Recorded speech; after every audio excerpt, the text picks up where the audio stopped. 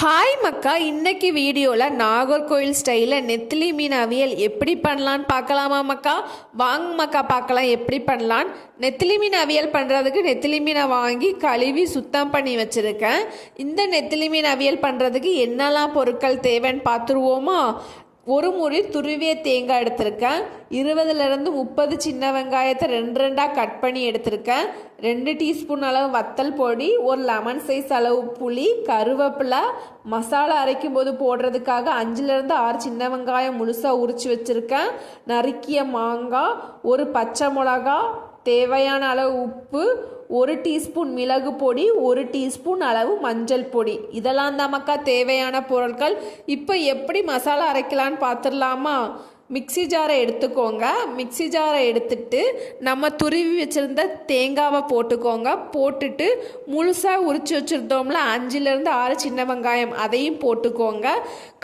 காரத்துக்கு தேவையான அளவு வத்தல் பொடி போட்டுக்கோங்க. நான் இன்றைக்கி 2 டீஸ்பூன் அளவு வத்தல் பொடி போட்டிருக்கேன். உங்களுக்கு எவ்வளோ காரம் தேவையோ அந்த அளவுக்கு வத்தல் பொடி போட்டுக்கோங்க. 1 டீஸ்பூன் அளவு மிளகு பொடி, 1 டீஸ்பூன் மஞ்சள் பொடி. இதெல்லாம் போட்டு தண்ணி ஊற்றாமல் கொரன்னு அரைச்சி எடுத்துக்கோங்க. பாருங்கள், இந்த மாதிரி அரைச்சி எடுத்துக்கோங்க. இப்போ அடுப்பை பற்ற வச்சுக்கோங்க. அடுப்பை பற்ற வச்சுட்டு 2 to 3 டீஸ்பூன் தேங்காய் எண்ணெய் ஊற்றிக்கோங்க. நான் தேங்காய் எண்ணெய் தான் சேர்ப்பேன் சமையலுக்கு. நீங்கள் என்ன எண்ணெய் சேர்ப்பீங்களோ அந்த எண்ணெய் சேர்த்துக்கோங்க. தேங்காய் எண்ணெய் சேர்த்தா டேஸ்ட் நல்லாயிருக்கும். இப்போது தேங்காய் எண்ணெய் சேர்த்துட்டு நம்ம நறுக்கி வச்சுருந்தோம்ல அந்த வெங்காயத்தை போட்டுக்கோங்க. போட்டுட்டு ஒரு பச்சை மிளகாவையும் போட்டுக்கோங்க. போட்டுட்டு கொஞ்சோண்டு கருவேப்பிலை போட்டு நல்லா வதக்கி விடுங்க. ரொம்ப பொன்னிறமாக வதங்க வேண்டாம், மிதமான வதங்கினா போதும். பாருங்கள், இப்போ நல்லா வதங்கி வந்துட்டு இப்போ நம்ம அரைச்சி வச்சுருந்தோம்ல அந்த மசாலாவை போட்டுக்கோங்க. போட்டுட்டு ஒரு லெமன் சைஸ் அளவு புளி எடுத்துருந்தோம்ல அது தண்ணியில் கரைச்சி வடிகட்டி ஊற்றிக்கோங்க. ஊற்றிட்டு ஒரு 1/4 கப் அளவு தண்ணி ஊற்றிக்கோங்க. ரொம்ப தண்ணி ஊற்றக்கூடாது, ஏன்னா இது அவியலுங்கிறதுனால ஒரு பிறுபிறுன்னு தான் இருக்கணும். அதனால பாருங்கள், தண்ணி ஊற்றிட்டு நல்லா கொஞ்சம் லைட்டாக கிளறி விட்டுக்கோங்க. கிளறி விட்டுட்டு இப்போது நம்ம நறுக்கி வச்சுருந்தோம்ல அந்த மாங்காவை போட்டுக்கோங்க. போட்டுட்டு இப்போ மீனையுமே இப்போ போட்டுக்கலாம். போட்டுட்டு லைட்டாக கிளறி விட்டுருங்க.